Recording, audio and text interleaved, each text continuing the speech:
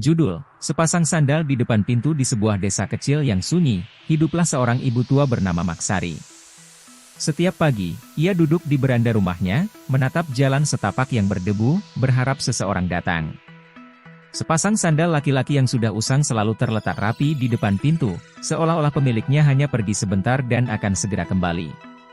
10 tahun lalu, anak sematawayangnya, Rizal, pergi merantau ke kota demi mengubah nasib. "Mak, Rizal janji akan pulang cepat." "Mak tunggu ya," kata Rizal, mencium tangan ibunya sebelum pergi. Sejak hari itu, Maksari selalu menunggu, berharap anaknya akan pulang membawa kebahagiaan. Namun, waktu berlalu begitu kejam. Surat pertama masih dikirim, telepon masih berdering beberapa kali dalam setahun, tapi kemudian segalanya sunyi. Tak ada lagi kabar, tak ada lagi suara Rizal. Setiap kali ada orang dari kota pulang ke desa, Maksari selalu bertanya, "Nak, apa kau pernah bertemu Rizal?" Tapi jawaban mereka selalu sama, tidak tahu. Tetangga mulai berbisik, menyuruhnya melupakan Rizal. Tapi bagaimana mungkin seorang ibu melupakan darah dagingnya? Setiap malam, Maksari berdoa dalam sujud panjangnya, meminta Tuhan menjaga anaknya.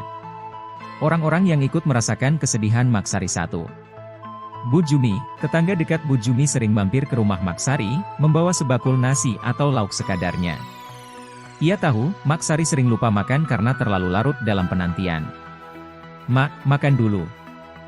Jangan sampai sakit," ujarnya suatu pagi. Maksari tersenyum, walau matanya sembab. "Iya, Jumi. Terima kasih. Rizal suka lauk ini dulu," ucapnya pelan. Bu Jumi hanya bisa menggenggam tangan sahabatnya itu. Dalam hati, ia pun ingin menangis. Pak Leman, kepala desa. Suatu sore, Pak Leman datang membawa kabar. "Maksari, ada kabar dari kota. Ada seorang pemuda bernama Rizal yang masuk rumah sakit beberapa bulan lalu. Kami sedang cari tahu apakah itu anakmu." Mata Maksari berbinar, lalu kembali redup. "Kalau benar dia anakku, kenapa dia tak pulang-pulang?" Pak Leman tak bisa menjawab. Ia hanya bisa berharap kabar baik datang. Seorang pemuda asing membawa kabar pahit. Suatu pagi, seorang pemuda asing datang ke rumahnya. Wajahnya murung, dan ia membawa sebuah bungkusan kain. Dengan suara bergetar, ia berkata, "Mak, saya teman Rizal di kota. Rizal, dia titipkan ini untuk Mak."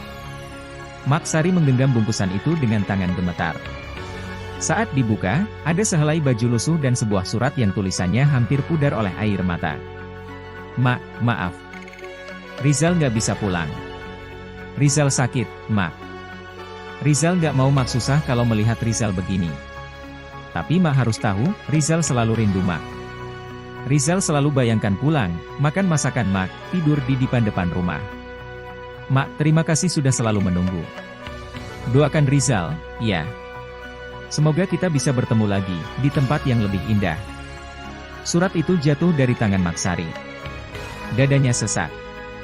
Air mata yang selama ini ia tahan tumpah begitu saja. Di depan pintu rumah, sepasang sandal usang masih tergeletak rapi. Menunggu seseorang yang ternyata tak akan pernah kembali. Hari itu, desa kecil yang biasanya sunyi, ikut larut dalam kesedihan. Pak Leman menunduk, Bu Jumi menangis di sudut ruangan, dan pemuda asing itu meminta maaf berulang kali. Namun, Maksari hanya diam.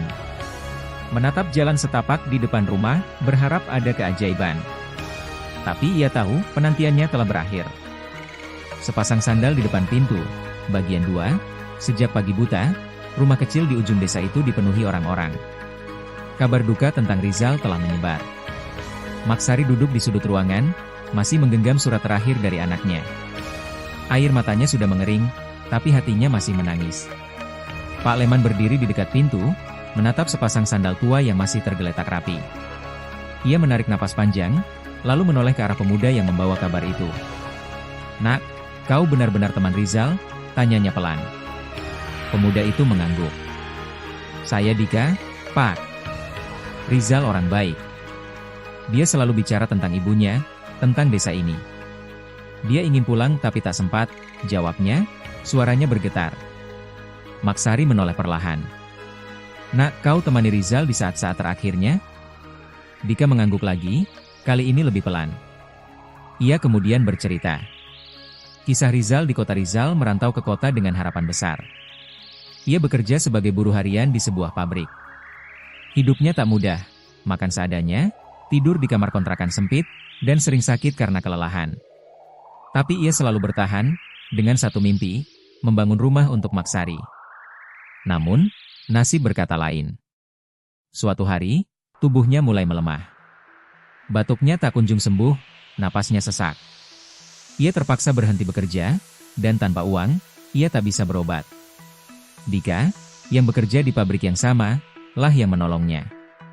Aku sering mendengar dia menyebut nama Mak, kata Dika. Setiap malam, saat sakitnya semakin parah, dia selalu berdoa, menyebut nama Maksari, meminta maaf karena belum bisa pulang. Dika terdiam sejenak, suaranya tercekat. Sebelum meninggal, Rizal menggenggam tanganku dan berkata, "Dika, kalau aku nggak bisa pulang, tolong antarkan ini ke Makku." Suasana hening. Isak tangis terdengar dari beberapa orang yang hadir.